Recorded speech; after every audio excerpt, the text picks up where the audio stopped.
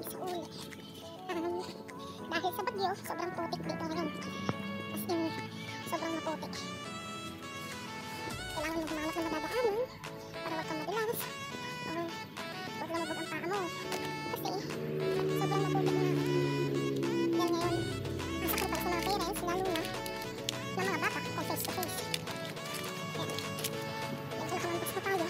Kasi sobrang maputik. Pero maputik pa rin. Balik ako yung maya-maya lang ha. Okay, bye-bye. So ito na nga guys, ito na nga. Hindi ako magbukas ng payo kasi mahangin dito. Mahali pa din ako. Ito yung dinadaanan ko vlog over. Vlog over. Sa barangay.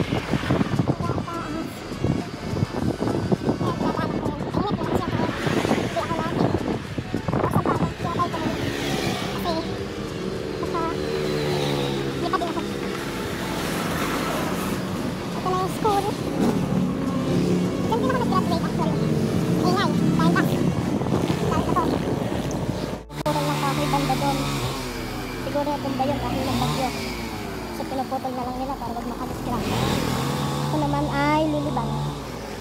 Papasok ako ng school. So, eto na nga. Nasa loob na tayo. Ito ang school ko. Elementary pa lang. Dito din ako marami. Pero hindi ganito kaganda pa naman. Siyempre.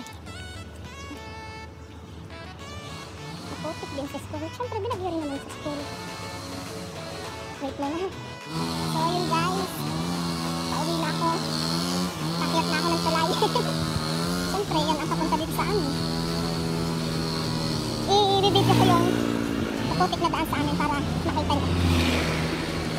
Yan. Maingay na daan sa sakyan. Tapos may nagpuputol ng puno. Yung puno na yan ay natumba ng bagyo.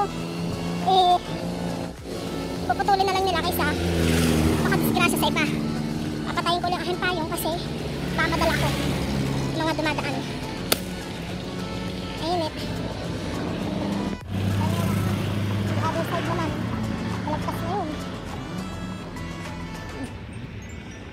Nasa tulay ako. Ayan. Liliban tayo. May sasakyan. Doon tayo liliban.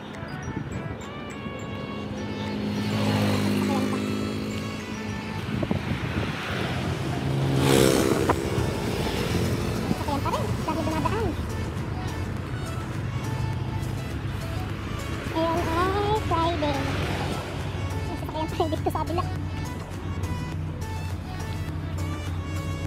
Init. Hindi ako makapagtayo. Hindi tayo makalibang. Motor pa din dito sa kabila. Ano ba yun? Hindi tayo makalibang. So ayun na nga. Nakapag tayo malibang. Ayan pa rin. Hindi tayo palibanin. Wala na. Kasi ano wala na. Hindi pa na tayo. Ayan. Punta sa amin. Kaya mga nagsalanta ng bakit. Mga naputol. Saging, ganyan din sa amin.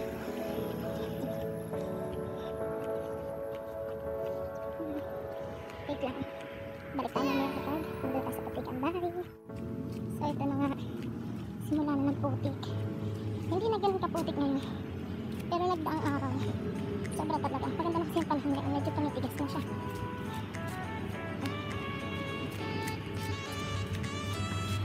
Matigas na yung putik na yun.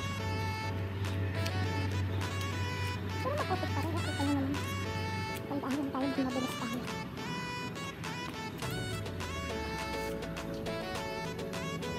May hindi maputik na daan. Kalsada. Kaya lang. Sobrang layo. Dito sobrang layo. Kaya lang eh. Makaabot nyo ka ng 15 minutes to 20. Nilagyan mo na ng dahon ng kahit ng niyog. Para may mapunta.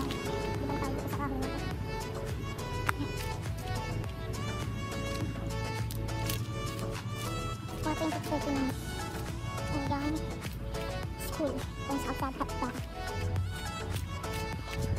Kinuha ko din yung sa pinsan ni AJ na module pinadaan talaga sa kanya.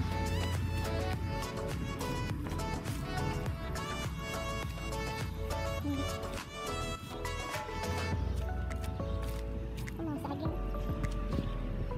Wala na sila. Umahan ng bagyo.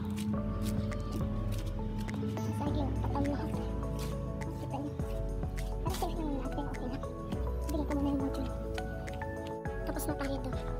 Ako naman ay pauwi na. Pauwi na tayo. Ito ang kami utay.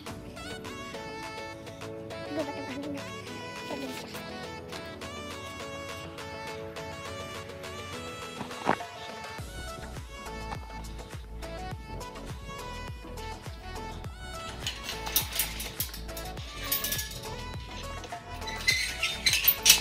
Sa likod tayo dumaan.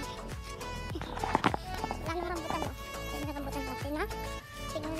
Tingnan mo kanan. Wala na yun. Wala na, ubus na. Dito na tayo. Dito pala to amin. Nakaraan lang sa likod nila ba? Malapit.